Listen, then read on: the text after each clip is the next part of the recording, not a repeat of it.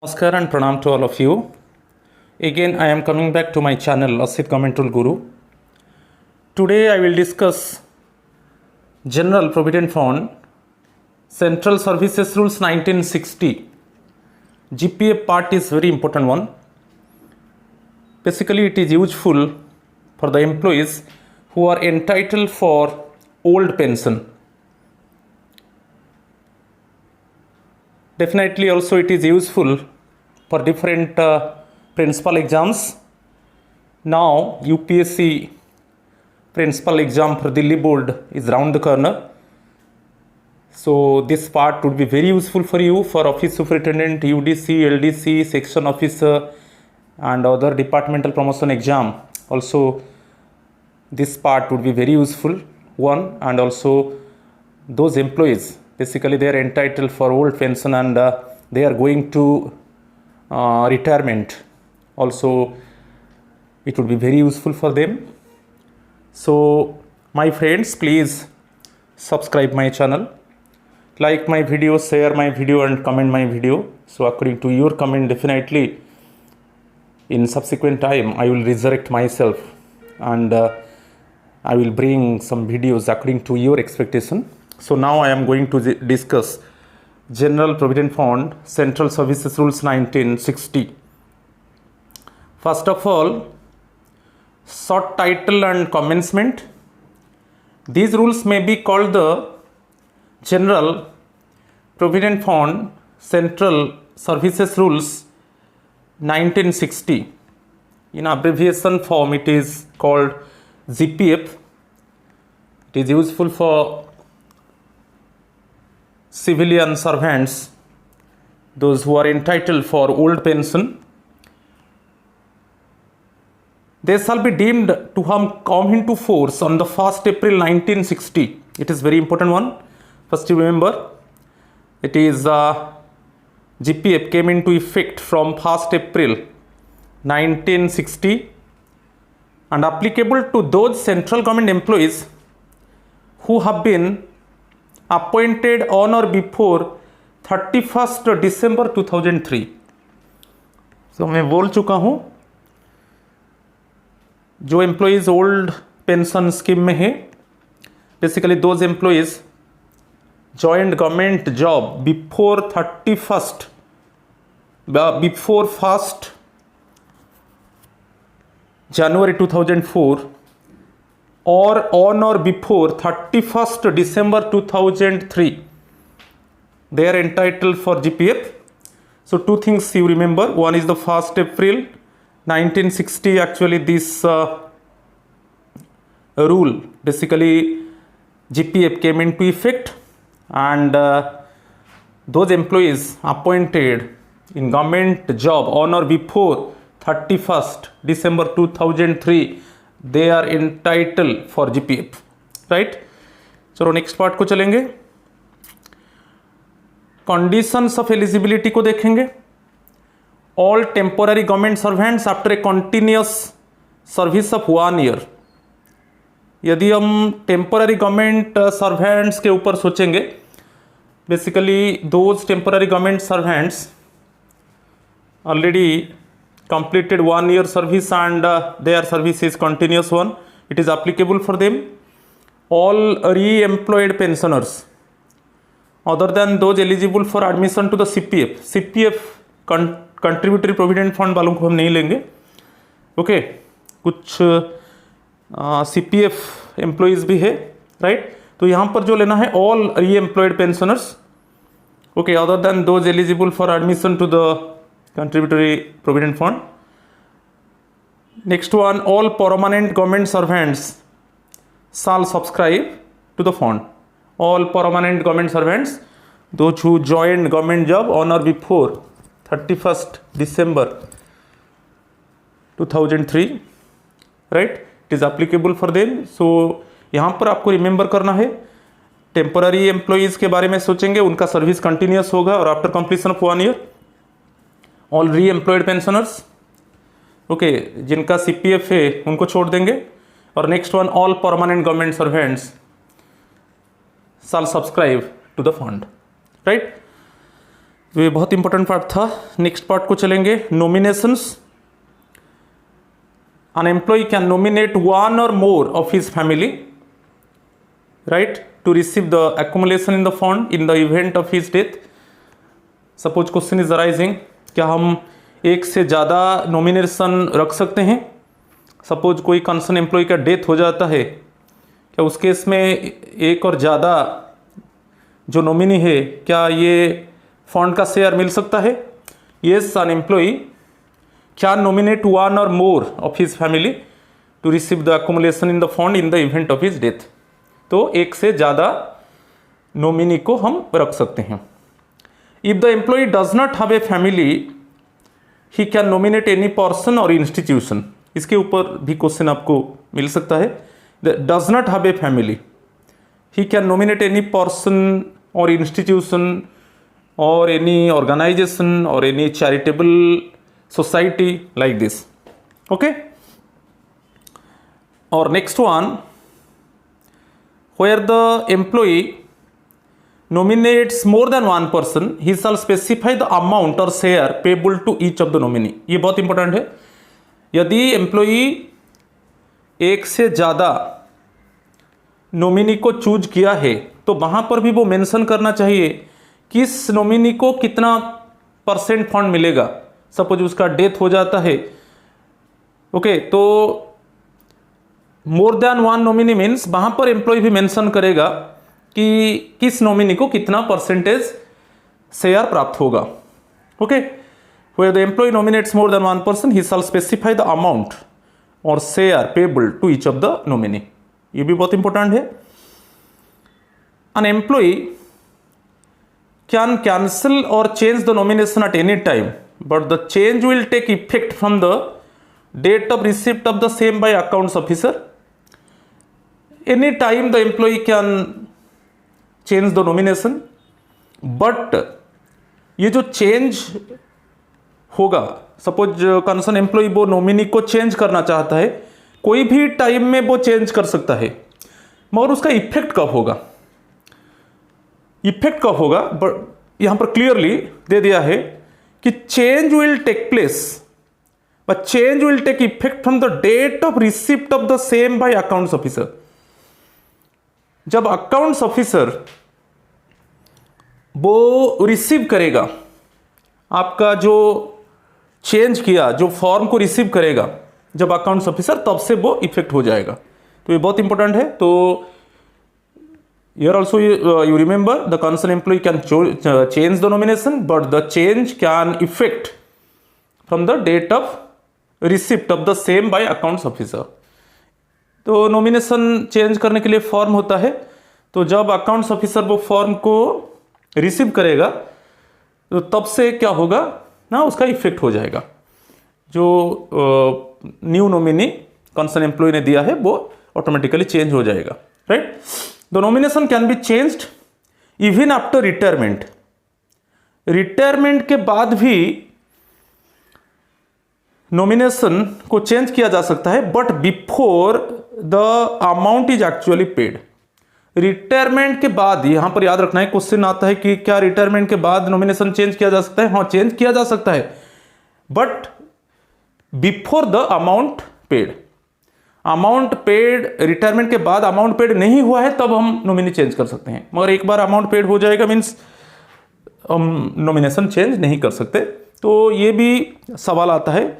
Here also question is arising कि whether the nomination can be changed after retirement in case of GPF. Yes, it can be changed, but before the amount is actually paid.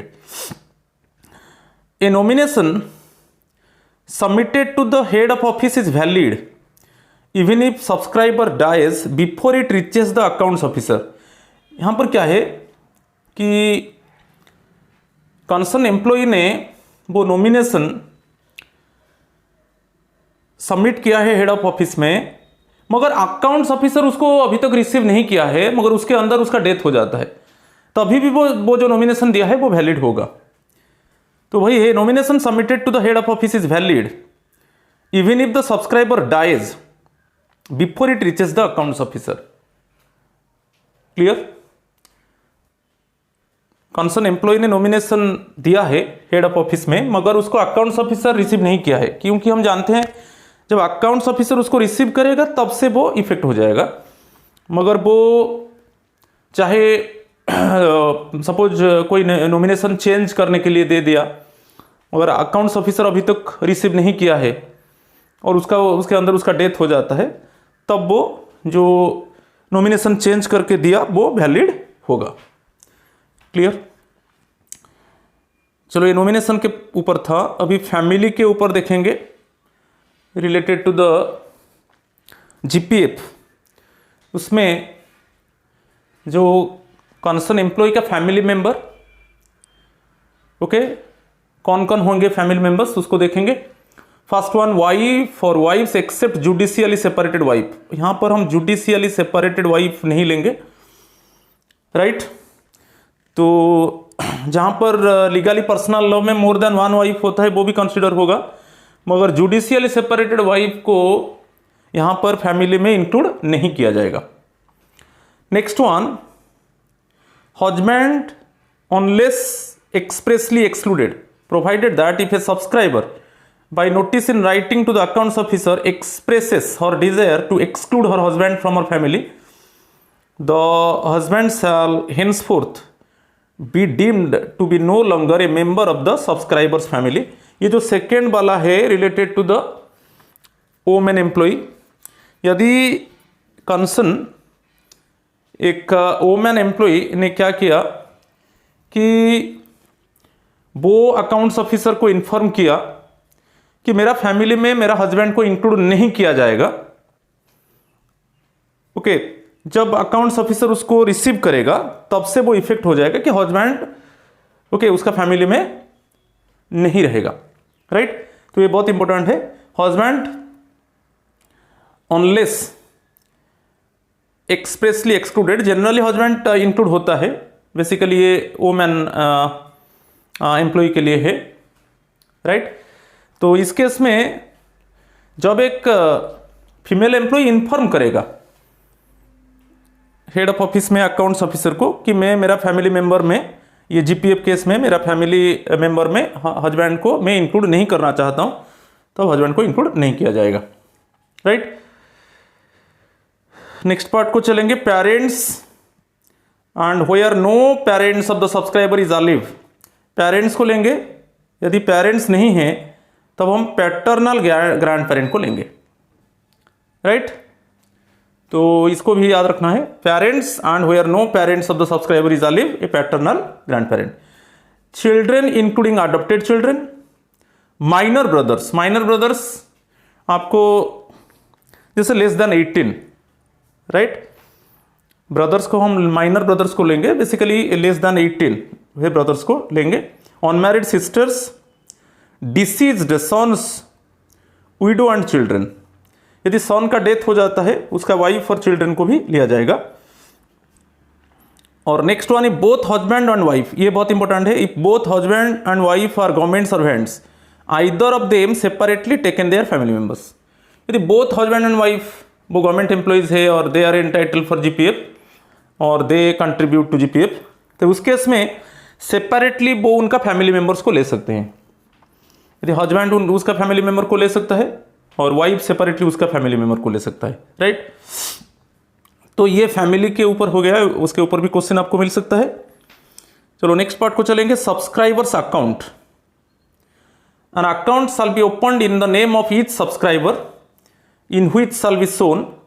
तो each subscriber के ऊपर तो account open होगा, GPF account open होगा, his subscriptions, जो भी उसको interest मिलेगा और उसमें जो एडवांस लिया है कि वो विथड्रॉल किया है वो भी मेंशन होगा।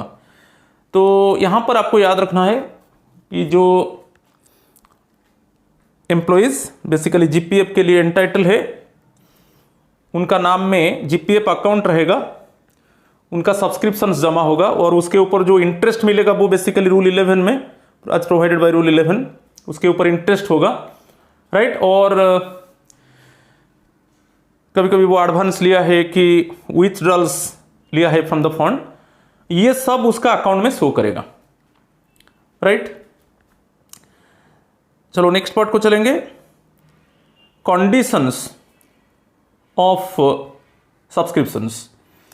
A subscriber shall subscribe monthly to the fund except during the period when he is under suspension.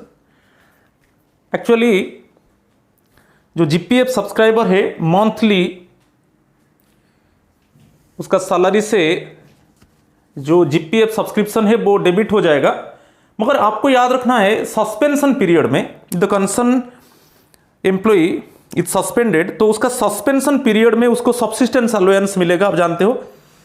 तो उसको जो सब्सिस्टेंस अलाउंस मिलेगा इसमें वो जो जीपीएफ सब्सक्रिप्शन है वो डेबिट नहीं होगा। तो मंथली जैसे एज यूजुअल मंथली जो जीपीएफ सब्सक्राइबर है मंथली उसका जो कंट्रीब्यूशन है डेबिट होगा, मगर सस्पेंशन पीरियड में नहीं होगा। हाउएवर ए कंडीशन है on reinstatement the employee has option to pay the arrear subscription in one lump sum और इन इंस्टॉलमेंट्स। आप देख लीजिए clearly central civil services CCA classification control appeal rules 1965 में देख लीजिए। बेसिकली जब कंसर्न एम्प्लॉई उसका सस्पेंशन पीरियड चलता है तो उसको जो सब्सिस्टेंस अलाउंस मिलता है उसमें उसका जो जीपीएफ कंट्रीब्यूशन है वो डेबिट नहीं होगा सब्सिस्टेंस अलाउंस से, ठीक है। मगर उसका जो रीइंस्टेटमेंट हो जाएगा तब एम्प्लॉय ऑप्शन देगा कि उसका जो सब्सक्रिप्शन एरियर है, क्योंकि सस्पेंशन पीरियड में तो जीपीएफ कंट्रीब्यूशन डेबिट नहीं हुआ है, तो सब्सक्रिप्शन एरियर है ये वन लम्प सम में उसको डेबिट किया जाएगा या उसको इंस्टॉलमेंट्स में डेबिट किया जाएगा। तो इसका ऑप्शन भी एम्प्लॉय देगा after reinstatement, right. Next one बहुत इंपॉर्टेंट वन है, at the option of the government servant during leave on HPL half paid leave कि leave without pay LWP and dies non suppose unauthorised leave. तो ये सब case में government servant का option, तो वो चाहेगा तो वो जीपीएफ जो उसका कंट्रीब्यूशन है वो उसमें नहीं देगा, मगर वो ऑप्शन देगा कि वो देगा कि नहीं, राइट। तो यहां पर ऑप्शन का बात आ जाता है व्हेन ना leave on HPL, leave on half paid leave कि लीव विदाउट पे, जो लीव लिया है विदाउट पे, कभी कभी वो एक्स्ट्रा ऑर्डिनरी लीव ईओएल ले जाता है without pay, okay. And dies non unauthorise leave, actually वो जो लीव अथॉरिटी है उनको इन्फॉर्म नहीं किया और वो लीव में चला गया, वो अनऑथराइज लीव हो गया, राइट। तो ये सब उसी पीरियड को हम डाइज नॉन बोलते हैं। डाइज नॉन के ऊपर भी मेरा वीडियो पड़ा है, आप देख लीजिए। तो ये सब केस में ऑप्शन आ जाता है गवर्नमेंट सर्वेंट का, ओके। ऑप्शन वो चाहेगा वो दे सकता है जीपीएफ कंट्रीब्यूशन और चाहे उसको भी टर्मिनेट कर सकता है। तो ऑप्शन के ऊपर डिपेंड करता है, राइट। ऑप्शन के ऊपर यहां पर डिपेंड करेगा, मगर ऑप्शन आपको leave on HPL, leave without pay and dies non. Next one ये भी बहुत इंपॉर्टेंट है, no subscription shall be recovered during the last 3 months prior to retirement. 3 months prior to retirement, जैसे उसका जो सुपरएनुएशन रिटायरमेंट है just before 3 months, actually वो उसका जीपीएफ सब्सक्रिप्शन उससे रिकवरी नहीं होगा, okay. So no subscription shall be recovered during the last 3 months। ये पीरियड आपको याद रखना है, इसमें इसके ऊपर आपको क्वेश्चन मिल सकता है। Last 3 months prior to retirement, जो प्रायर टू रिटायरमेंट जो 3 months है उसमें जीपीएफ सब्सक्रिप्शन को रिकवरी सैलरी से नहीं किया जाएगा। चलो नेक्स्ट पार्ट को देखेंगे, रेट्स ऑफ सब्सक्रिप्शन। अभी हम ये तो देख लिया already, we have detected that कि monthly GPF contribution must be debited from the salary of the concern government employ. अच्छा, ये जो जीपीएफ कंट्रीब्यूशन होगा कि जीपीएफ सब्सक्रिप्शन होगा वो कितना रेट का होगा, तो वो देखेंगे। मिनिमम है 6% ऑफ द एमोलुमेंट्स। यहां पर जो एमोलुमेंट्स हम लेंगे ना, ओनली आपको बेसिक पे लेना है, यहां पर डीए नहीं लिया जाएगा, याद रखना है। यहां पर जो एमोलुमेंट्स है only basic pay, there is no DA, there is no inclusion of DA. तो मिनिमम जो है 6% है। ये जो फिक्स होगा, मैं जो बताया, जो बेसिक पे बताया, ये बेसिक पे आपको फिक्स करना है कि previous year 31st March 6% of the emoluments on the 31st March of the presiding year. ठीक है, अभी जो सपोज अप्रैल मंथ में आपको जो सैलरी मई 1 में मिलेगा, उसमें जीपीएफ जो सब्सक्रिप्शन डेबिट होगा वो कैसे होगा ना, आप मार्च 31st प्रीवियस ईयर, तो आपको वो रेट को फिक्स करना है। मिनिमम है 6%, 6% of emoluments on the 31st March okay of the presiding year, and in the case of new subscribers to the emoluments on the date joining the fund. जो new subscriber है वो जिस date में actually fund में join किया है उसी में जो उसका एमोलमेंट्स है। एमोलमेंट्स मीन्स ओनली आपको क्या लेना है, बेसिक पे को लेना है। समझ में आ गया? तो मिनिमम है 6%, मैक्सिमम टोटल एमोलमेंट्स, आप टोटल एमोलमेंट्स दे सकते हैं, टोटल बेसिक पे आप दे सकते हो, मगर मिनिमम 6% है। मैक्सिमम टोटल एमोलमेंट्स, यहां पर देखिए maximum equal to total emoluments.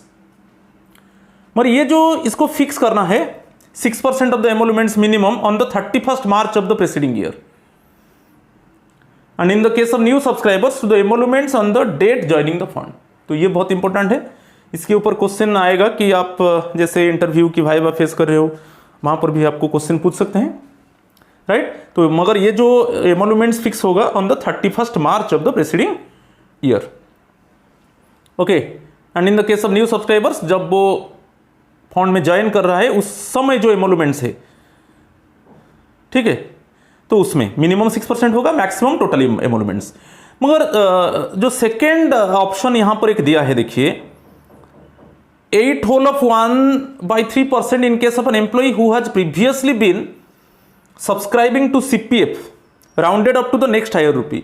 पहले क्या था, जो एम्प्लॉइज एक्चुअली सीपीएफ में थे, कंट्रीब्यूटरी प्रोविडेंट फंड में थे, मगर अभी जीपीएफ को आ गए। पहले वो सीपीएफ में थे मगर अभी जीपीएफ में आ गए। तो जब जीपीएफ में आ जाएगा, उनका जो कंट्रीब्यूशन होगा मिनिमम होगा 8 whole of 1/3%, मिनिमम ये होगा। In case of an employee who has previously been subscribing to CPF rounded up to the next higher rupee। इसमें कोई कंफ्यूजन होने का जरूरत नहीं। पहले वो कंसर्न एम्प्लॉई के लिए सीपीएफ था, कंट्रीब्यूटरी प्रोविडेंट फंड, मगर अभी वो ओल्ड पेंशन में आ गया, जीपीएफ को आ गया। तो इस केस में क्या होगा, जो उसका जो मिनिमम कंट्रीब्यूशन होगा वो 8 whole of 1/3%, मैक्सिमम वही total emoluments, maximum equal to total emoluments. और मैं बताया एमोलमेंट्स ओनली बेसिक पे, यहां पर डीए जो है, जो डियरनेस अलाउंस हमको मिलता है, वो जैसे अभी जो डियरनेस अलाउंस अभी 34% है, वो डियरनेस अलाउंस इसमें इंक्लूड नहीं होगा, ओके। ओनली बेसिक पे को लेना है। और ये जो एमोलमेंट्स जो बेसिक पे लिया जाएगा ना, वो basically previous year 31st March, okay, previous year 31st मार्च। और आपको फिक्स करना है कि एमोलमेंट्स का कितना परसेंटेज आपको कंट्रीब्यूट करना है। मिनिमम 6% है और मैक्सिमम टोटल एमोलमेंट्स है। मगर जो पहले सीपीएफ में थे, अभी वो जीपीएफ में आ गए, तो उनके लिए मिनिमम है 8 whole of 1/3%, और दोनों के लिए मैक्सिमम जो है टोटल एमोलमेंट्स है। तो यहां पर देखिए एमोलमेंट्स के बारे में बताया, आपको कंफ्यूजन नहीं होना है। एमोलमेंट्स में ओनली आपको बेसिक पे लेना है, एमोलमेंट्स में ओनली आपको बेसिक पे लेना है, उसमें डीए इंक्लूड नहीं होगा। एमोलमेंट्स पे प्लस ग्रेड पे, अभी तो डायरेक्टली बेसिक पे हमको मिल रहा है लेवल में, leave salary and any remuneration of the nature of पे रिसीव्ड इन फॉरेन सर्विस, तो does not include DA, right. तो इसमें कोई कंफ्यूजन नहीं है। अभी तो एनपीएस चल रहा है, तो नेशनल पेंशन सिस्टम, राइट। तो 1 जनवरी 2004 से जो भी गवर्नमेंट जब ज्वाइन किया है उनके लिए नेशनल पेंशन सिस्टम है, ओके। जो ओल्ड पेंशन था वो उसके लिए एलिजिबल हम नहीं है। तो राइट, ये जो जीपीएफ केस है, बेसिकली जो एंटाइटल है ओल्ड पेंशन के लिए, जो उनका जीपीएफ अकाउंट है, उसमें जो एमोलमेंट्स लिया जाएगा बेसिकली बेसिक पे लिया जाएगा, उसमें डीए इंक्लूड नहीं होगा। चलो नेक्स्ट वन, ये भी बहुत इंपॉर्टेंट पार्ट है, the amount of subscription of fixed. हम अभी ये देख लिया कि प्रीवियस ईयर 31st मार्च तक हमको देना पड़ेगा कि जो एमोलुमेंट्स है, जो बेसिक पे है, उसका कितना परसेंटेज हम कंट्रीब्यूट करेंगे, नहीं? यदि हम ओल्ड पेंशन स्कीम में हैं तो प्रीवियस ईयर 31 मार्च एमोलुमेंट्स का कितना परसेंटेज कंट्रीब्यूट करना है फिक्स होगा। पर क्या वो चेंज हो सकता है? एक बार फिक्स आप कर दिया 31 प्रीवियस ईयर 31 मार्च को आप फिक्स कर दिया कि मेरा एमोलुमेंट्स का इतना परसेंटेज में कंट्रीब्यूट करूंगा, मिनिमम 6% है और उसके बाद टोटल एमोलुमेंट्स आप कंट्रीब्यूट कर सकते हो और आप फिक्स करोगे। क्या वो चेंज हो सकता है? यहां पर वही है, the amount of subscription so fixed may be reduced once at any time during the course of the year. एक बार रिड्यूस हो सकता है। कितना बार रिड्यूस हो सकता है? एक बार रिड्यूस होगा। वो जो रेट ऑफ सब्सक्रिप्शन दिया है उसको आप एक बार रिड्यूस कर सकते हो ड्यूरिंग ए ईयर, और उसको एनहांस ट्वाइस कर सकते हो during the course of the year. 2 बार उसको बढ़ा सकते हो, ओके, और एक बार उसको कम कर सकते हो ड्यूरिंग द ईयर।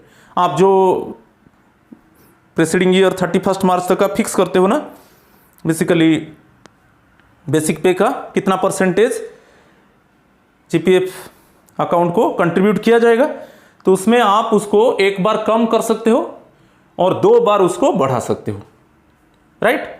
तो वो भी चेंज हो सकता है, ये बहुत इंपॉर्टेंट है। चलो नेक्स्ट पार्ट को चलेंगे, fixation of subscription at the time of leave. यदि कंसर्न एम्प्लॉय लीव में है, जैसे अभी हम बताया कि प्रीसीडिंग ईयर 31 मार्च तक आपको जो करेंट ईयर में आपका कंट्रीब्यूशन होगा आपको फिक्स करना है। सपोज आप उस समय आप लीव में हो, तो वहां पर कैसे वो फिक्स होगा ना? If the concern employee was on leave on the 31st March of the preceding year and elected not to subscribe during such leave, वो लीव में है और वो इलेक्ट किया कि मेरा ये जो लीव पीरियड है उसमें मैं सब्सक्राइब नहीं करूंगा, और was under suspension on that date, कि वो डेट में वो उसका सस्पेंशन पीरियड चल रहा है। सस्पेंशन पीरियड में आप जानते हो कि जो जीपीएफ कंट्रीब्यूशन है वो डेबिट नहीं होगा। तो by the deduction which he makes in this behalf from his first pay bill after his return to duty, ये बहुत इंटरेस्टिंग है। 31 मार्च में, प्रेसिडिंग ईयर 31 मार्च में आपको फिक्स करना है, और उस समय आप लीव में हो। आप ये इलेक्ट किया कि अभी मैं लीव में हूं, अभी मैं सब्सक्रिप्शन फिक्स नहीं कर सकता, कि ये भी है कि मेरा सस्पेंशन पीरियड चल रहा है, अभी मैं मेरा जो जीपीएफ सब्सक्रिप्शन है मैं उसको फिक्स नहीं कर सकता। तो वो फिक्स कब होगा? जब आप ड्यूटी ज्वाइन करोगे, ओके, और जो आपका फास्ट पे बिल से जो डेबिट होगा वही होगा, पूरा ईयर आपका उतना ही कंट्रीब्यूट होगा, वही दिया है bye the deduction which he makes. तो जब आपका जो लीव पीरियड खत्म होने के बाद, कि सस्पेंशन पीरियड खत्म होने के बाद आपको जो फास्ट पे बिल मिलेगा, वहां पर तो आपको ऑप्शन देना है कि मेरा इट मीन्स एमोलुमेंट्स का कितना परसेंटेज, इट मीन्स में जीपीएफ मेरा कंट्रीब्यूशन होगा, नहीं कि? तो उस केस में क्या होगा ना, जब आपको लीव पीरियड के बाद कि सस्पेंशन पीरियड के बाद आपको फास्ट पे बिल मिलेगा, जो आपका कंट्रीब्यूशन होगा वही रहेगा पूरा ईयर, राइट? चलो नेक्स्ट वन, वही लीव के ऊपर है। If he was on leave on 31 March of the preceding year and continues to be on leave and has elected to subscribe during such leave by the deduction which he causes to be made in this behalf from his salary bill for that month. ये बहुत common चीज है। इसमें क्या है, suppose क्या है, concern employ को प्रीसीडिंग ईयर 31 मार्च को फिक्स करना है कि करेंट ईयर में उसका जीपीएफ कंट्रीब्यूशन कितना परसेंटेज होगा, मगर उस समय वो लीव में है, मगर वो इलेक्ट किया, लीव में है मगर लीव पीरियड में वो ऑप्शन दिया कि मेरा एमोलुमेंट्स का इतना परसेंटेज एक्चुअली कंट्रीब्यूट होगा, ठीक है? तो उसमें 2 ऑप्शन आ जाता है। लीव पीरियड में आप मना कर दिया, आप इलेक्ट नहीं किया, अभी मैं लीव में हूं और मैं सब्सक्रिप्शन फिक्स नहीं कर सकता, तो उस केस में जब लीव पीरियड के बाद जब आपका जो फास्ट पे बिल होगा उसमें तो आप फिक्स करोगे तो वही रहेगा। मगर यहाँ पर जो सेकेंड ऑप्शन में क्या है, आप लीव में हो मगर आप इलेक्ट किया, हाँ मेरा इतना जीपीएफ सब्सक्रिप्शन होगा, तो एज यूजुअल वही रहेगा, right? Next one, fixation of subscription at the time of foreign service. ये भी सवाल आता है कि सपोज जो प्रेसिडिंग ईयर 31 मार्च, नहीं कि प्रेसिडिंग ईयर 31 मार्च में हमको फिक्स करना है जो सब्सक्रिप्शन को, सपोज उस समय में कंसर्न एम्प्लॉय वो फॉरेन सर्विस में है, ओके, उसका सब्सक्रिप्शन कैसे फिक्स होगा? If he was on foreign service on 31 March of the presiding year by the amount credited by him into the treasury on account of subscription for the month of April in the current year. ये बहुत important है। यदि उसको presiding year 31 मार्च तक तो fix करना है subscription को, जो करेंट ईयर में उसका जो जीपीएफ सब्सक्रिप्शन होगा व जीपीएफ कंट्रीब्यूशन होगा, तो उसके इसमें क्या है, यदि वो प्रेसिडिंग ईयर 31 मार्च में वो फॉरेन सर्विस में है तो वो जो ट्रेजरी को इन्फॉर्म किया कि मेरा मंथ ऑफ अप्रैल जो है मैं इतना अमाउंट क्रेडिट कर दिया, जब ट्रेजरी को आपको क्रेडिट करना है।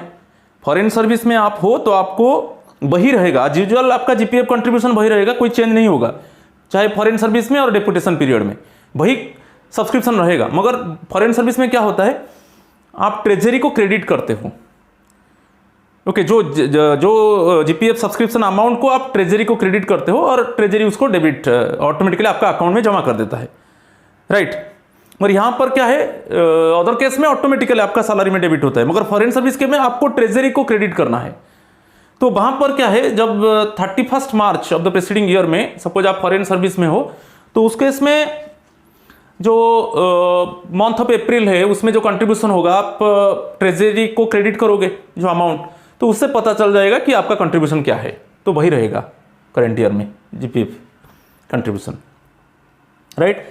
तो बेसिकली फॉरेन सर्विस में आपको ट्रेजरी को वही रहेगा, एज यूजुअल मैनर आपका जीपीएफ कंट्रीब्यूशन रहेगा, मगर आपको ट्रेजरी को क्रेडिट करना है। मगर अदर केस में, जनरल केस में क्या है, ऑटोमेटिकली आपका सैलरी से डेबिट हो जाएगा और आपका जीपीएफ अकाउंट में जमा हो जाएगा, राइट। नेक्स्ट वन ये दिया है, ट्रांसफर टू फॉरेन सर्विस और डेपुटेशन आउट ऑफ इंडिया। यहाँ पर क्वेश्चन आ सकता है, suppose just you ask question, if the suppose concern employ has gone in foreign service और it means deputation out of India, तो उस केस में क्या होगा, तो उस केस में उसका जीपीएफ कंट्रीब्यूशन क्या होगा, वही एज यूजुअल वही रहेगा। When a subscriber is transferred to foreign service और sent on deputation out of India, he shall remain subject to the rules of the fund in the same manner as if we are not so transferred और sent on deputation. ये बहुत clear हो गया। तो इस case में यदि foreign service का बात आता है कि deputation out of India case में इसमें कोई चेंज नहीं होगा, एज यूजुअल आपका वही जीपीएफ कंट्रीब्यूशन रहेगा, जीपीएफ सब्सक्रिप्शन आप एज यूजुअल करोगे। जैसे आप फॉरेन, सपोज ये मान लिया जाएगा कि आप फॉरेन सर्विस में नहीं हो, कि आप डेपुटेशन में नहीं हो, जैसे आपका जीपीएफ कंट्रीब्यूशन होता है तो वैसा ही रहेगा, उसमें कोई चेंजेस नहीं होगा, राइट।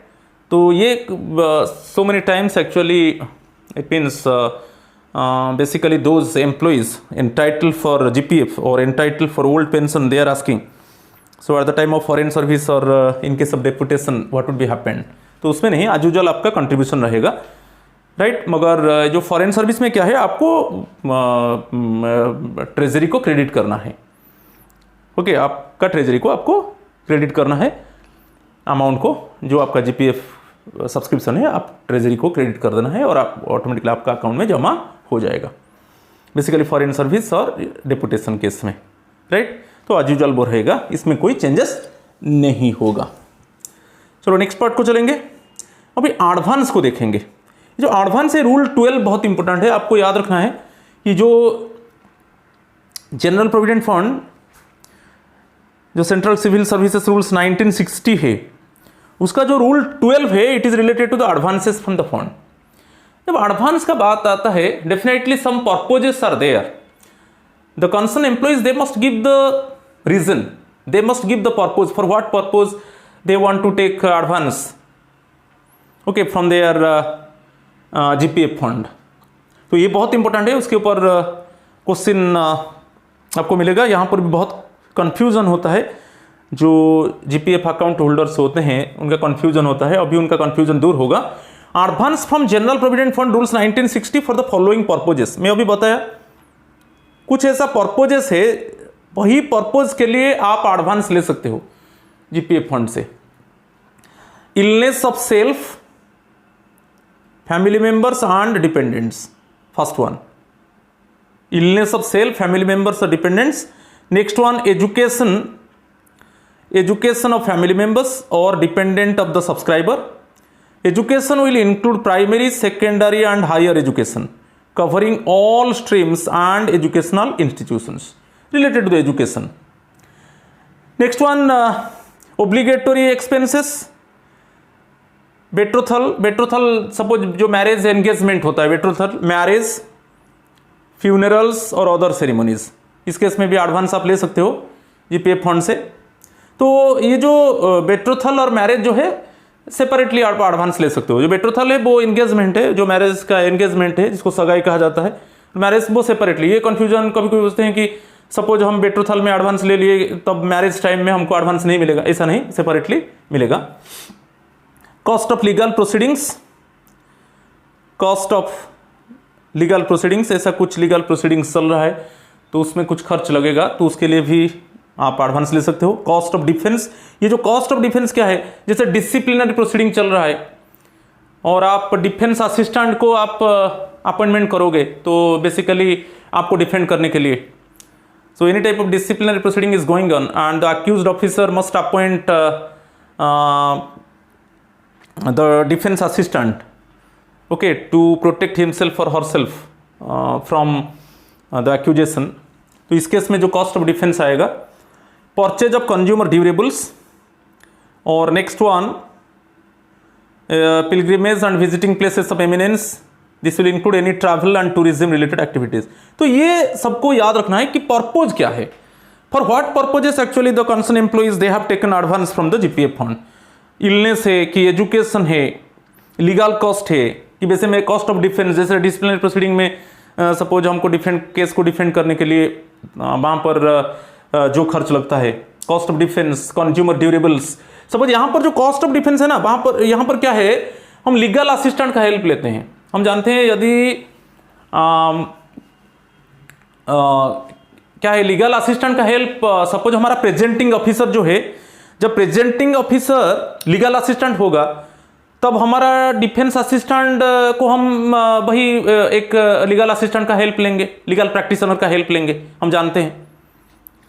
ओके, जब प्रेजेंटिंग ऑफिसर लीगल प्रैक्टिशनर होगा तब अक्यूज्ड ऑफिसर क्या बोलेगा, अक्यूज्ड ऑफिसर उसका जो डिफेंस असिस्टेंट वो भी लीगल प्रैक्टिशनर होना चाहिए। और कभी कभी क्या है, प्रेजेंटिंग ऑफिसर लीगल प्रैक्टिशनर नहीं है मगर अभी जो अक्यूज्ड ऑफिसर वो भी अप्रोच कर रहा है कि मैं जो डिफेंस असिस्टेंट को अपॉइंटमेंट करना चाहता हूं वो लीगल प्रैक्टिशनर होना चाहिए। यदि उसको डिसिप्लिनरी अथॉरिटी उसको बेसिकली उसको अलाउ करता है तब वो डिफेंस असिस्टेंट को लीगल प्रैक्टिशनर को लेगा।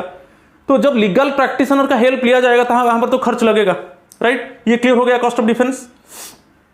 कंज्यूमर ड्यूरेबल्स, ओके, और any pilgrimage and visiting places of eminence, इस केस में हम जीपीएफ फंड से एडवांस ले सकते हैं। ये एडवांस हमको कितना मिलेगा, ये बहुत इंपॉर्टेंट है। एडवांस जो मिलेगा 12 मंथ्स ऑफ पे और 3/4 of the amount at credit, which ever is less. चाहे वन साइड में आप 12 मंथ्स ऑफ पे में यहां पर जो पे है ना, यहां पर डीए इंक्लूड होगा, बेसिक पे प्लस डीए। यहां पर जो पे होगा वो बीपी होगा प्लस डीए होगा, कंफ्यूजन नहीं होना। यहां पर जो पे होगा वो बीपी प्लस डीए होगा, बेसिक पे प्लस डियरनेस अलाउंस होगा।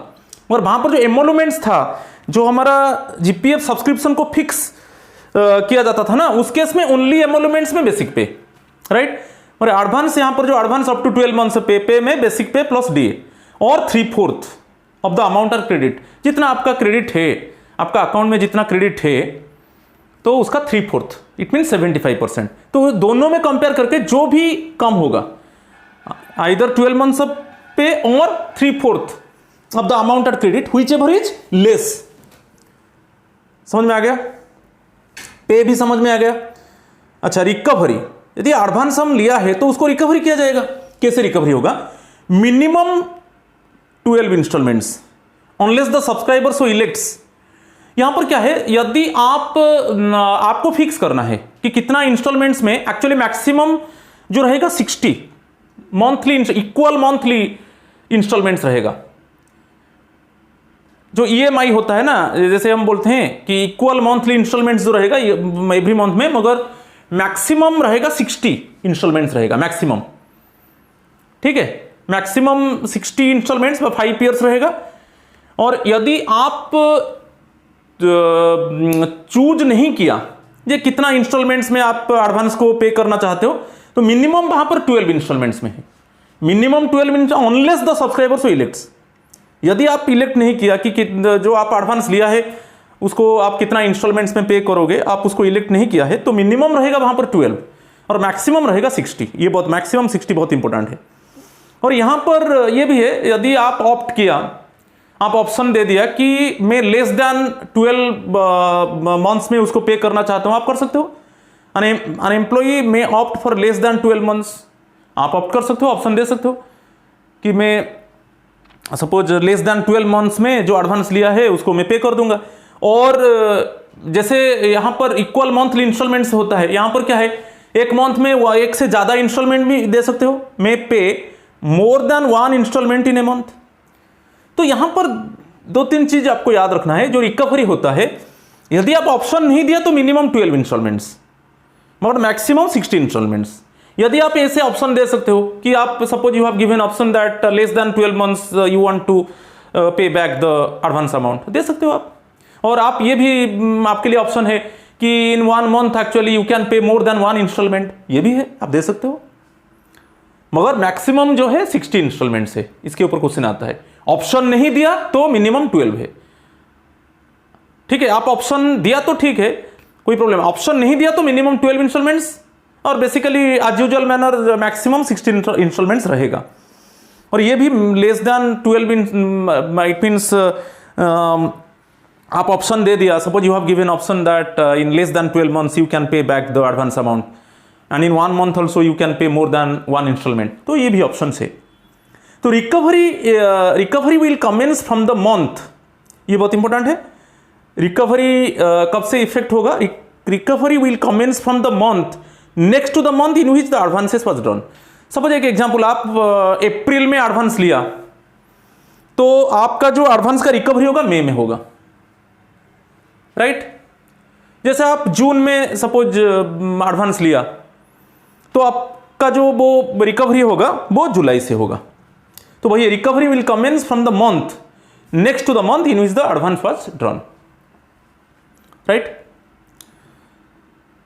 चलो नेक्स्ट पार्ट को चलेंगे। Other conditions, normally second advance is not granted until repayment of the previous advance. जो नॉर्मल केस में क्या है, जब फर्स्ट एडवांस को रीपेमेंट नहीं किया गया है तो सेकेंड एडवांस आपको ग्रांटेड नहीं होगा। नॉर्मली मैं बोलता हूं, normally the second advance is not granted until repayment of the previous advance. मगर कुछ स्पेशल केस है, हाउएवर इन स्पेशल केसेस, ऐसा कुछ स्पेशल केस है कि सेकेंड एडवांस ग्रांट होगा। आप फर्स्ट एडवांस को अभी तक पूरा रीपे नहीं किया है मगर आपको सेकेंड एडवांस ग्रांट होगा, मगर उसका रीजन को रिकॉर्डेड किया जाएगा। ठीक है, यहां पर क्या है, रीजन को रिकॉर्डेड किया जाएगा कि इसी रीजन के वजह से अभी उसका फर्स्ट एडवांस पूरा रीपे नहीं हुआ है मगर उसको सेकेंड एडवांस ग्रांट किया जाता है। तो वही however in special cases advance may be granted in excess of the limit aforesaid and before repayment of the previous advance. तो दो है स्पेशल केसेस में, मैं अभी बताया in special cases the reason must be recorded. Now the first advance is not clear but second advance is granted. And in क्या क्या मैंने ये है, जो लिमिट था 12 मंथ्स पे और 3/4 of the amount at credit, उसमें जो कम होगा व्हिच एवर इज लेस, तो उससे लिमिट से भी ज्यादा आपको एडवांस दिया जा सकता है। मगर स्पेशल केस में उसका रीजन भी रिकॉर्डेड होगा, the reason must be recorded. Okay, यदि सपोज गोटे स्पेसिफिक लिमिट है जैसे 12 मंथ्स पे और 3/4 of the amount at credit, उसमें जो कम होगा व्हिच एवर इज लेस, वही एडवांस। मगर कभी कभी क्या है, the advance is beyond the limit, okay, in special cases, but it must be recorded with reason. और क्या है, first advance is not clear and the second advance is granted in special cases, so ये भी the reason must be recorded, right. Next one, no advance shall be granted, no advance shall be granted within last 3 months of service before retirement. Retirement के पहले just before 3 months before retirement आपको advance नहीं दिया जाएगा, ये याद रखना है।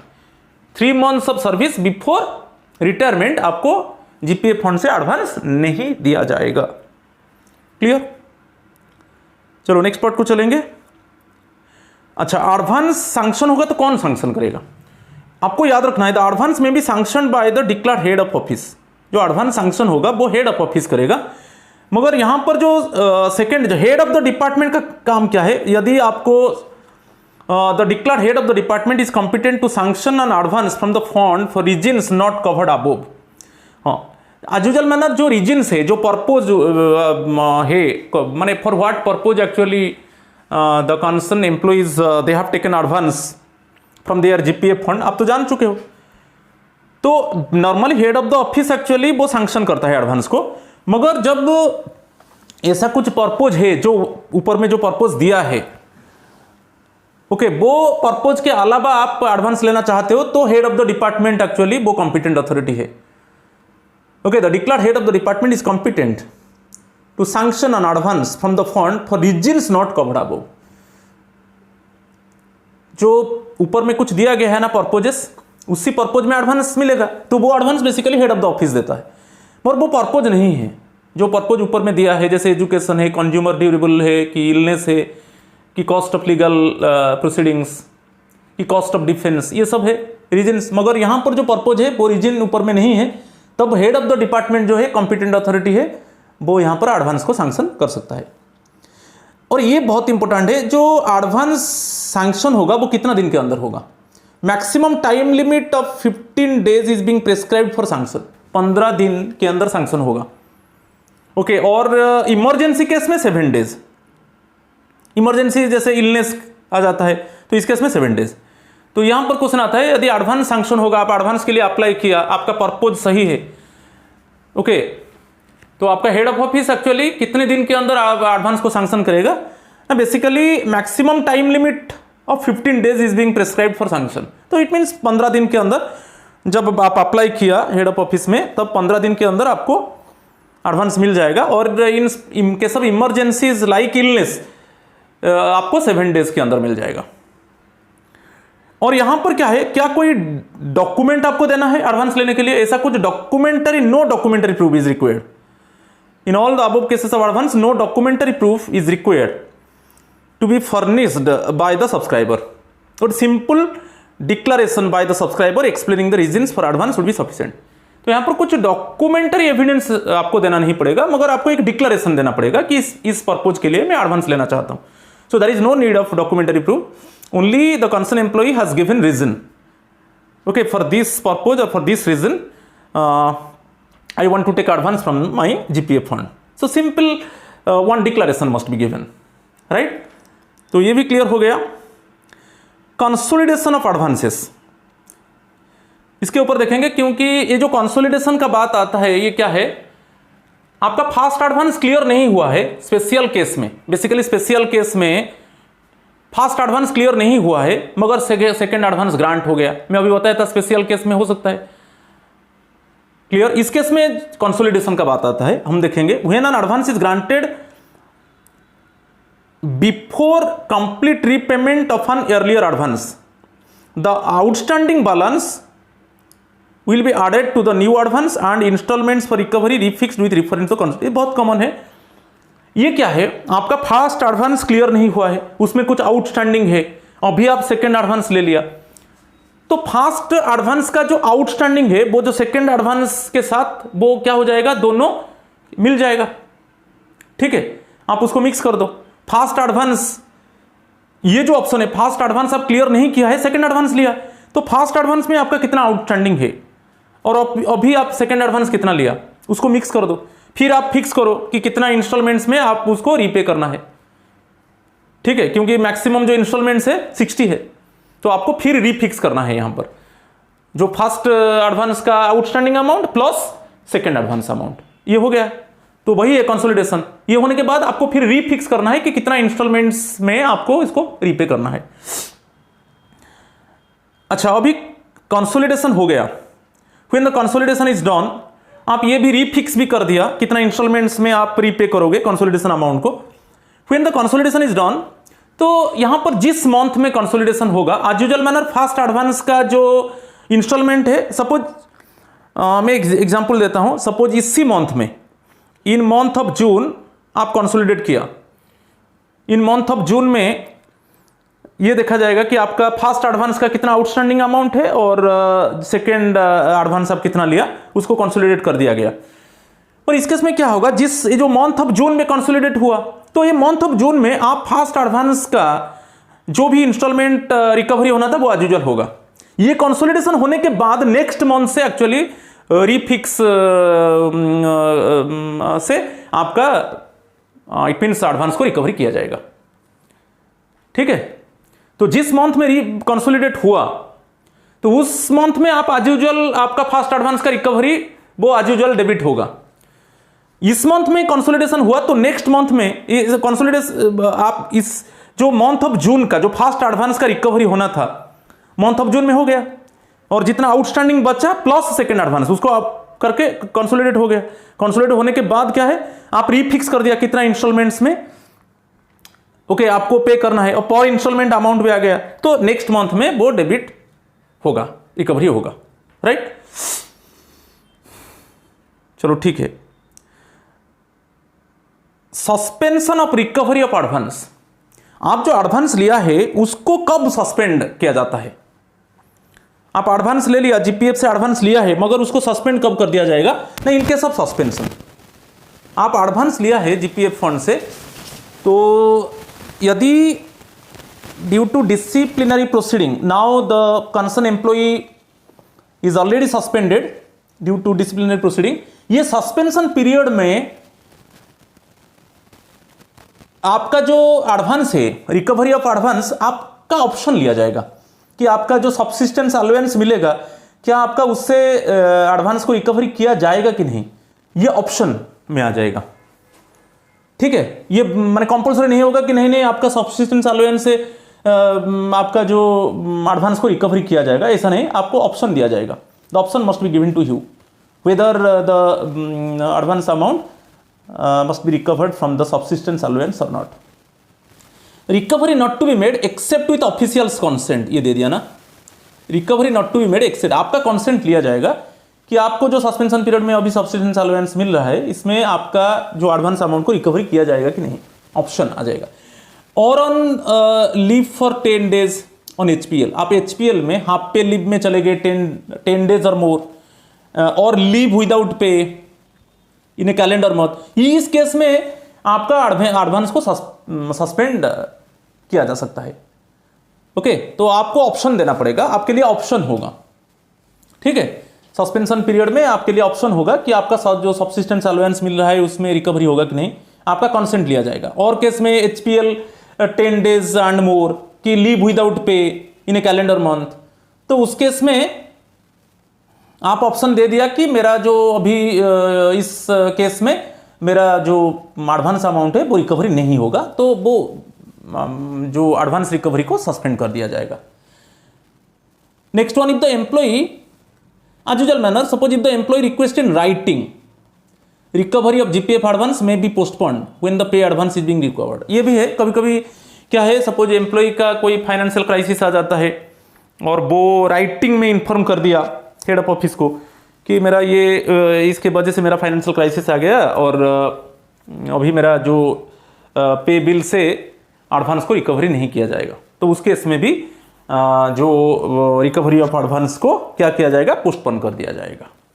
राइट, मगर आपको राइटिंग देना पड़ेगा, राइटिंग में देना पड़ेगा। Employee okay, the concern employee okay must have given the writing okay with reasons, he or she must give to the head of office कि for this reason actually I am unable to okay it means from my pay bill the advance amount should not be recovered. Clear? Note में the advance for education can be drawn once in 6 months, ये बहुत important है। Education related में ये एक note है, ये आपको याद रखना है, क्वेश्चन इसके ऊपर आ सकता है। The advance for education can be drawn once in 6 months। Okay, वो एवरी 6 months में आप एजुकेशन के लिए एडवांस ले सकते हो। और दो अप्रोप्रिएट सैंक्शनिंग अथॉरिटी है, यहां पर दिया है अप्रोप्रिएट सैंक्शनिंग अथॉरिटी, वो एक्चुअली 5th शेड्यूल में है दिया है, ये याद रखना है। कभी कोई कौन सा शेड्यूल में है जो अप्रोप्रिएट सैंक्शनिंग अथॉरिटी है, मैं अभी बताया था बेसिकली सैंक्शन है हेड ऑफ द ऑफिस है, मगर यदि पर्पोज नहीं है, जो पर्पोज मेंशन किया गया है रूल में, ओके वो एक्चुअली आपका जो पर्पोज उसमें नहीं है, तब हेड ऑफ द डिपार्टमेंट वो डिसाइड करेगा कि आपको एडवांस दिया जाएगा कि नहीं। ओके वहां पर अप्रोप्रिएट अथॉरिटी कौन हो जाएगा, हेड ऑफ द डिपार्टमेंट, मगर नॉर्मली आपका पर्पोज है तो head of the office actually sanction करेगा। तो ये जो अप्रोप्रिएट सैंक्शनिंग अथॉरिटी है वो 5th शेड्यूल में दिया है। और ये भी डिस्कस किया था एक नोट में कि separate advances can be taken for betrothal ceremony and marriage, जो एंगेजमेंट सेरेमनी मैरिज के लिए वो सेपरेट एडवांस दिया जाएगा। ऐसा नहीं है कि आपका जो मैरिज एंगेजमेंट है आप एडवांस ले लिया तो मैरिज में नहीं मिलेगा, ऐसा नहीं। ओके दोनों में सेपरेटली आपको एडवांस मिलेगा। Next one, recovery on misuse of advance, ये भी बहुत इंटरेस्टिंग है। ये recovery on misuse of advance क्या है, यदि सैंक्शनिंग अथॉरिटी डिटेक्ट किया कि आप जो एडवांस लिया स्पेसिफिक पर्पज के लिए आपको एडवांस दिया जाता है, मगर आप उस एडवांस अमाउंट को मिसयूटिलाइज किया, ये कौन बोल रहा है कि sanctioning authority. Suppose sanctioning authority suspected that the concern employee has utilised advance amount in other purposes, जो स्पेसिफिक पर्पज के लिए आपको एडवांस दिया जाता है, आप जानते हो, पर सैंक्शन अथॉरिटी अभी सस्पेक्ट किया कि आपको जो एडवांस अमाउंट दिया गया आप उसको मिसयूटिलाइज किया, अदर एरिया में उसको आप खर्च कर दिया। तो इस केस में क्या होगा, वो एक शो कॉज नोटिस आपको देगा और आपको बोलेगा कि आप 15 दिन के अंदर आपको एक्सप्लेनेशन देना है, राइट। यदि वो डिटेक्ट करता है कि सैंक्शनिंग अथॉरिटी ये डिटेक्ट किया कि आप एडवांस अमाउंट को मिसयूटिलाइज किया, तब वो आपको एक शो कॉज नोटिस देगा और 15 डेज के अंदर आपको एक्सप्लेनेशन देना है। He may call for an explanation from the employ within 15 days. Clear. Next one, यदि आप जो एक्सप्लेनेशन दिया उसमें वो सेटिस्फाई नहीं हुआ, ओके सैंक्शनिंग अथॉरिटी आप जो एक्सप्लेनेशन दिया वो उसमें सेटिस्फाई नहीं हुआ, तो ऑटोमेटिकली हो भाई, if the sanctioning authority is not satisfied with the explanation he may direct the employee to repay the advance immediately. आप जो एक्सप्लेनेशन दिया वो उसमें सेटिस्फाई नहीं होगा तो वो आप डायरेक्टली आपको डायरेक्ट करेगा कि आप जो एडवांस लिया है पूरा उसको रिटर्न कर दो। यदि if the employ fails to repay, okay आप यदि पूरा एडवांस को रीपे नहीं किया, the advance shall be recovered from the employee's emoluments up to 50% of emoluments. तो पहले वो डिटेक्ट किया, सस्पेक्ट किया कि आप जो एडवांस अमाउंट लिया उसको मिसयूटिलाइज किया, तो आपको एक्सप्लेनेशन मांगा विद इन 15 डेज, आप एक्सप्लेनेशन दिया, मगर एक्सप्लेनेशन में जो आप जवाब दिया वो एक्चुअली उसमें क्लैरिटी नहीं है, तो वो क्या करेगा कि आपको बोलेगा कि जो एडवांस लिया है उसको आपको रिटर्न करना है। आप रिटर्न नहीं किया तो वो क्या करेगा, आपको जो एमोलुमेंट्स है, ओके जो आपका बेसिक पे है उसका 50% के हिसाब से वो एडवांस अमाउंट को रिकवरी कर लेगा, राइट। तो ये रूल है। चलो अभी नेक्स्ट आएंगे विथड्रॉल्स। विथड्रॉल केस में आपको यहां पर याद रखना है, बेसिकली रूल 15 में आता है विथड्रॉल्स, यहां पर मैं मेंशन नहीं किया, कभी कभी क्वेश्चन आ जाता है कि एडवांस जो है जीपीएफ जो रूल है रूल 12 में है एडवांस, और जो विथड्रॉल्स फ्रॉम द फंड है वो एक्चुअली रूल 16 है, यहां पर याद रखना है बेसिकली रूल्स 16 है, ठीक है, रूल 16 आपको याद रखना है। जीपीएफ रूल 16 में विथड्रॉल्स फ्रॉम द फंड है। अच्छा ये बहुत इंपॉर्टेंट पार्ट है। विथड्रॉल्स फ्रॉम द फंड में देखेंगे ये जो 4 कंडीशन है 1 2 3 4 सीरियल नंबर के हिसाब से आप देख लीजिए, तो condition 1 2 3 and 4 after completion of 10 years service, condition है after completion of 10 years service. ये 4 जो कंडीशन है अब देखेंगे। फर्स्ट वन इलनेस, एम्प्लॉई और फैमिली मेंबर और any person dependent on him. Purpose of withdrawal, serial number, purpose of withdrawal, condition और permissible amount दे दिया है। अब देखिए सीरियल नंबर 1 में इलनेस है, चाहे कंसर्न एम्प्लॉय हो कि उसका फैमिली मेंबर हो कि उसका कोई डिपेंडेंट हो, और इलनेस केस में आपको जो आपका जो फंड है उसमें आप जो विथड्रॉ करोगे up to 90% of the balance at his credit, ये बहुत इंपॉर्टेंट है। तो इलनेस केस में आपको आपका जो क्रेडिट है, आपका जो बैलेंस है उसका 90% आप विथड्रॉ कर सकते हो, पर्पोज इलनेस है, ठीक है। और इसमें कंडीशन है after completion of 10 year service, क्योंकि चार जो फर्स्ट 4 है, देखिए कलर पे भी मैं व्हाइट कलर दे दिया जो है बैकग्राउंड कलर। तो फर्स्ट 4 कंडीशन में आपका जॉब 10 ईयर्स कंप्लीट होना चाहिए after completion of 10 year service. Illness case में चाहे आप कंसर्न एम्प्लॉई, फैमिली मेंबर और any person dependent on the employee, इस केस में आपको जो विथड्रॉल्स होगा मैं अप टू 90% होगा of the amount at his or her credit. जितना बैलेंस है उसका मैक्सिमम 90% आप विथड्रॉ कर सकते हो। नेक्स्ट वन एजुकेशन है, वही primary, secondary and higher education. Okay, after completion of 10 years. मगर एजुकेशन केस में ओनली इलनेस में 90% रहेगा। मगर एजुकेशन केस में क्या होगा, यहां पर देखिए फॉर 2, 3 एंड 4 केस में विथड्रॉल्स जो होगा वो 12 मंथ्स पे, वही है अप टू 12 मंथ्स देख लीजिए यहां पर अप टू 12 मंथ्स पे, अप टू 12 मंथ्स पे और 3/4 और 75% ऑफ पे, वही दे दिया देखिए, और 75% ऑफ पे विच एवर इज लेस। ये पार्ट को देख लीजिए यहां पर दे दिया है। फॉर 2, 3, 4 केस में जो अमाउंट विथड्रॉल होगा यहां पर क्या होगा ना, 12 मंथ्स पे और 75% of the amount at credit whichever is less, उसमें जो कम होगा 2, 3, 4 केस में।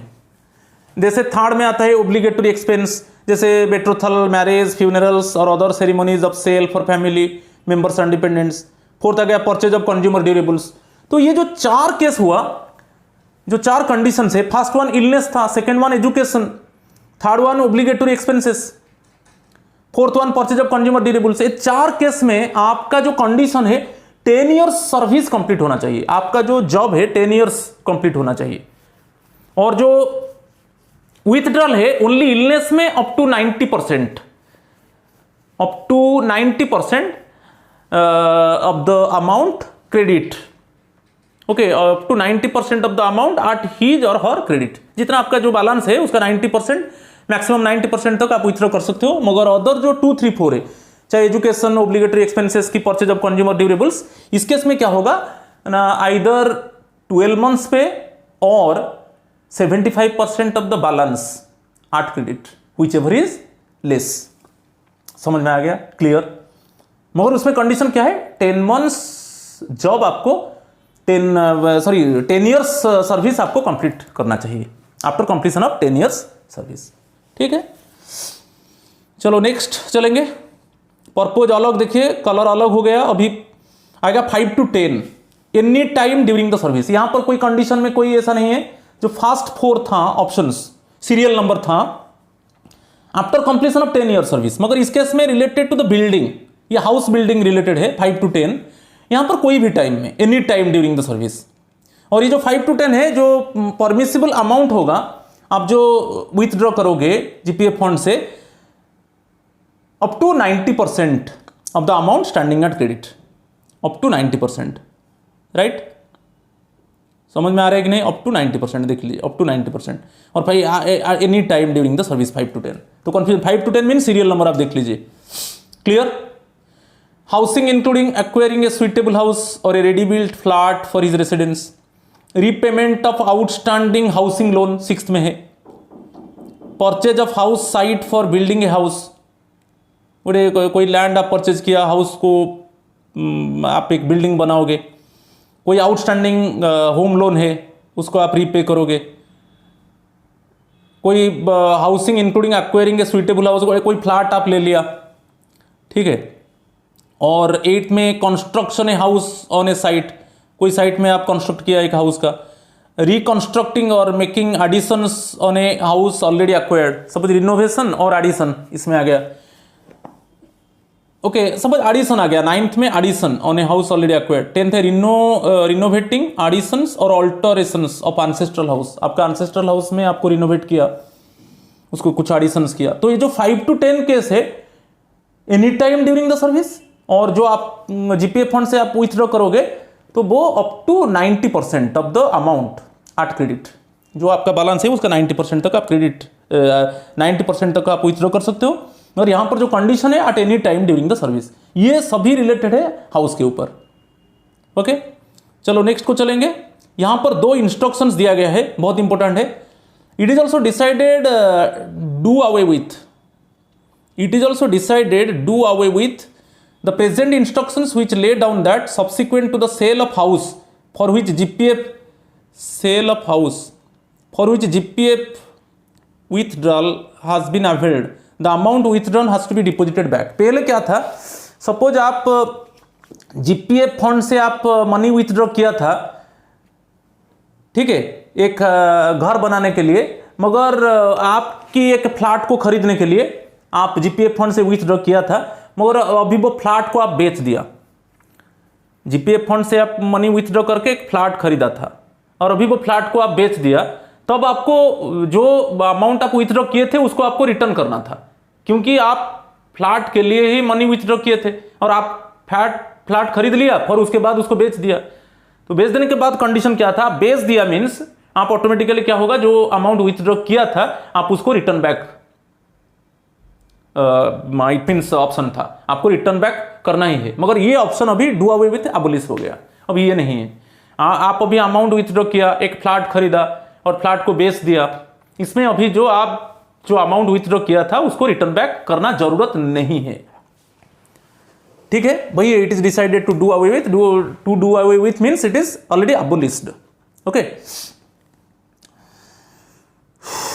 Next one, GPF withdrawal for housing purpose. आप कभी कभी क्या है, हाउस बिल्डिंग एडवांस भी लेते हो, तो यहां पर कोई जो GPF विथड्रॉल और ये जो हाउस बिल्डिंग एडवांस, इसमें कोई लिंक नहीं है, ये अलग अलग है। कभी कोई लोग सोचते हैं कि GPF से हम विथड्रॉल करेंगे तो हमको हाउस बिल्डिंग एडवांस नहीं मिलेगा, कि कोई सोचते हैं कि हम हाउस बिल्डिंग एडवांस लेंगे तो हम GPF फंड से हम मनी विथड्रॉल नहीं कर सकते। ऐसा नहीं है, उसका GPF विथड्रॉल एंड जो हाउस बिल्डिंग एडवांस है उसके साथ कोई लिंक नहीं है। अभी फिर और 3 ऑप्शन आएगा, 11, 12, 13, क्योंकि 10 तक चले गए। 11, 12, 13 में after completion of 10 year service, condition after completion of 10 year service, confusion नहीं होना है। और यहां पर जो सब्सक्राइबर में भी परमिटेड, अच्छा अमाउंट कितना विथड्रॉ होगा ना, 75% ऑफ द अमाउंट। यहां पर देख लीजिए, ये सब्सक्राइबर में भी permitted to withdraw 75% of the amount standing at credit or cost of the vehicle whichever is less. ये 3 केस में रिलेटेड व्हीकल्स के ऊपर है, तो after completion of 10 year service condition आ गया। और यहां पर जो अमाउंट विथड्रॉन है वो क्या है ना, इधर 75% of the amount standing at credit, जो बैलेंस है उसका 75% एक ऑप्शन है, और cost of the vehicle whichever is less, right. तो इसमें क्या क्या आएगा, 11, 12, 13 देख लीजिए, purchase of motor car or motorcycle, scooter et cetera, or repayment of loan already taken for the purpose, extensive repairs or overhauling of motor car, कि making deposit to book a motor car or motorcycle, scooter, moped et cetera. ये जो तीनों केस में after completion of 10 year service. और यहां पर जो ऑप्शन है क्या है ना, 75% जो विथड्रॉल अमाउंट है, 75% of the amount at credit, ये दिया है देखिए, 75% of the amount at credit or cost of the vehicle whichever is less, ठीक है। और इंस्ट्रक्शंस देख लेंगे, withdrawals of up to 90% of balance without assigning reasons is allowed for government servants who are due for retirement on superannuation within 2 years। 2 years में आपको superannuation में retirement करना है, तो उसमें आपको कोई रीजन देना नहीं पड़ेगा। वहां पर जैसे 13 रीजन है, 13 रीजन है, तो suppose within 2 years the concern employ is going to be retired, so without any reason he or she can withdraw 90% of the amount at credit, okay. तो कोई रीजन देना नहीं पड़ेगा। सपोज अभी 2 years के अंदर आपको रिटायर्ड होना है, तो उस केस में क्या है, बिना रीजन से आप मनी विथड्रॉ कर सकते हो up to 90% of the balance. ये बहुत इंपॉर्टेंट है, अभी इस अमेंडमेंट के बाद आया है। Retirement answer with in 2 years। In all cases of withdrawal from the fund by the subscriber, the declared HOD is competent to sanction withdrawal। अच्छा, withdrawal केस में क्या है, in all cases of withdrawal HOD head of the department, ये याद रखना है। यहां पर जो competent authority है, जो आप रीजन्स देखा, जो 1 to 13 रीजन देखा, ये जो पर्पज था, एक्चुअली कॉम्पिटेंट अथॉरिटी जो हेड ऑफ द डिपार्टमेंट है वो कॉम्पिटेंट अथॉरिटी है, वो विथड्रॉल को अलाउ करेगा। और यहाँ पर कोई डॉक्यूमेंट्री एविडेंस नहीं चाहिए, ओनली एक डिक्लेरेशन चाहिए कि इस पर्पज के लिए जीपीएफ फंड से मैं विथड्रॉ करना चाहता हूँ। तो कॉम्पिटेंट विथड्रॉल एडवांस केस में normally head of the office था, कॉम्पिटेंट अथॉरिटी नहीं की, मगर ऐसा कुछ ऐसा कुछ पर्पज आपका था जो पर्पज में इंक्लूड नहीं था, जीपीएफ रूल में कुछ पर्पज था, वो पर्पज नहीं है, तब head of the department competent authority था। मगर as usual manner advance case में हेड ऑफ द ऑफिस था, नॉर्मली वो एडवांस सैंक्शन करता था। मगर यहां पर विथड्रॉल केस में जो हम रीजंस देखा, ओके, उस केस में actually head of the department actually he must allow, okay. और यहां पर नो डॉक्यूमेंट्री प्रूफ, यहां पर कोई डॉक्यूमेंट्री प्रूफ नहीं चाहिए, will be required to furnished by the subscriber, simple declaration चाहिए, ठीक है। और सिंपल डिक्लेरेशन में वो रीजन दे देगा, इसी रीजन के वजह से मुझे अमाउंट विथड्रॉ करना है जीपीएफ फंड से। अभी कंडीशंस ऑफ विथड्रॉल देखेंगे। It has been decided to prescribe a maximum time limit. अच्छा, यदि आप विथड्रॉल के लिए अप्लाई किया तो कितना दिन के अंदर वो सैंक्शन होगा? विद इन 15 डेज, वही जो था एडवांस में, time limit of 15 days for sanction and payment of withdrawal from the fund. और इमरजेंसी केस में 7 डेज। आप अप्लाई किया तो अप्लाई करने के बाद कब पेमेंट होगा, कब आप इट मीन्स आपका फंड से मनी विथड्रॉ होगा ना, वो within 15 days, okay. You have applied and from the apply date within 15 days, okay, the payment must be drawn. और इमरजेंसी केस में within 7 days, time limit 7 days है, वही जैसे advance में था यहां पर है। Next one, only one withdrawal can be allowed for same purpose. Same purpose के लिए only one withdrawal, same purpose के लिए ओनली वन विथड्रॉल। और ये जो बेट्रोथल एंड मैरिज था, जो एंगेजमेंट सेरेमनी और मैरिज के लिए अलग अलग है। ये नहीं सोचना कि बेट्रोथल के लिए आप विथड्रॉल किया तो मैरिज में आप फंड से विथड्रॉ नहीं कर सकते, तो पर्पज अलग है। तो वही दिया है, betrothal and marriage are treated as separate purposes. Both advance and withdrawal should not be sanctioned for one and the same purpose at the same time. ये याद रखना है, बहुत इंपॉर्टेंट है। एडवांस सेम पर्पज के लिए, फॉर, देखिए यहां पर for one and the same purpose at the same time, for one and the same purpose at the same time, advance, both advance and withdrawal के सैंक्शन नहीं होगा। Both advance and withdrawal should not be sanctioned, okay, for one and the same purpose at the same time, okay. Same purpose के लिए आप advance and withdrawal नहीं, bye sanction नहीं होगा। आप सेम पर्पज के लिए सेम टाइम में एडवांस ले लिया, फिर आप विथड्रॉल के लिए अप्लाई किया, ये नहीं होगा। Next one, withdrawal for the purpose of higher education may be drawn on annual basis. Higher education के लिए आप एनुअल बेसिस में विथड्रॉ कर सकते हो, till the child continues the technical और professional course. Clear? Next one, normally withdrawal for more than one house is not permissible. More than one house के लिए आप नॉर्मली विथड्रॉ नहीं कर सकते, मगर आपका ड्यूटी प्लेस में एक हाउस है, आपका एंसेस्ट्रल हाउस है, एंसेस्ट्रल हाउस तो रहेगा, आपका ड्यूटी प्लेस में और एक आप सपोज हाउस कंस्ट्रक्ट करना चाहते हो कि एक फ्लैट खरीदना चाहते हो, वो होगा, यहां पर होगा मोर देन वन हाउस। इस केस में इसी तरीके से होगा। मगर ड्यूटी प्लेस में सपोज आप ऑलरेडी आपका एक फ्लैट है और एक फ्लैट आप खरीदना चाहते हो, ये नहीं होगा।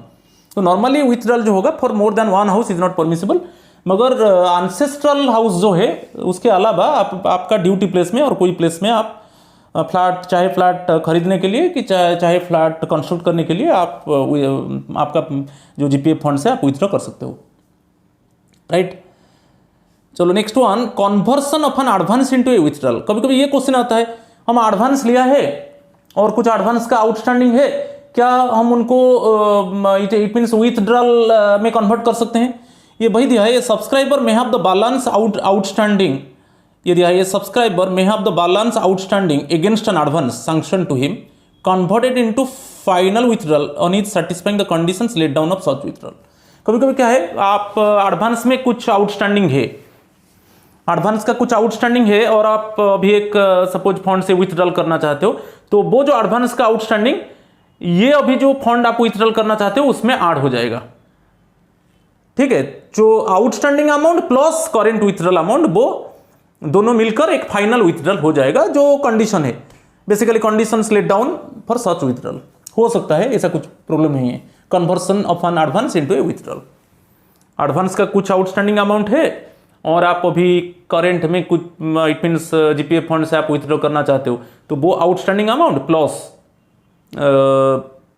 जो है जो कंडीशन है, जैसे इलनेस कंडीशन में 90% है कि बिल्डिंग कंडीशन में 90 up to 90% at the credit, illness condition में 90% एट द क्रेडिट, ओके। और व्हीकल केस में suppose 75% of the amount at credit or cost of the vehicle whichever is less, ये है ना।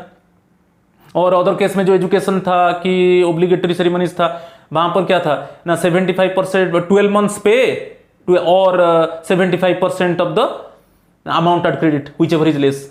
तो ये सब में एक कंडीशन आएगा, मगर यहां पर क्या होगा, कन्वर्सन होगा, हो सकता है एडवांस को विथड्रॉल में कन्वर्सन होगा और according to conditions laid down for such withdrawal, right. तो ये पूरा टॉपिक था जीपीएफ के ऊपर। So my friends, already it means if you detect any type of lacuna or disadvantages or drawback, please forgive me. Always my friends, always I try for your benefit. So error and omission is there. Please forgive me. Please pardon me. So my friends, please subscribe my channel, like my channel, share my channel, and comment my channel. So definitely in subsequent time I will bring some videos. And also another information, definitely now just I am trying to upload the video related to the official procedure. So it is very useful for the UPSC principal exam. So certainly I will upload within 2 to 3 days. So my friends, so आज इतना ही है. Thank you, pranam and namaskar to all of you.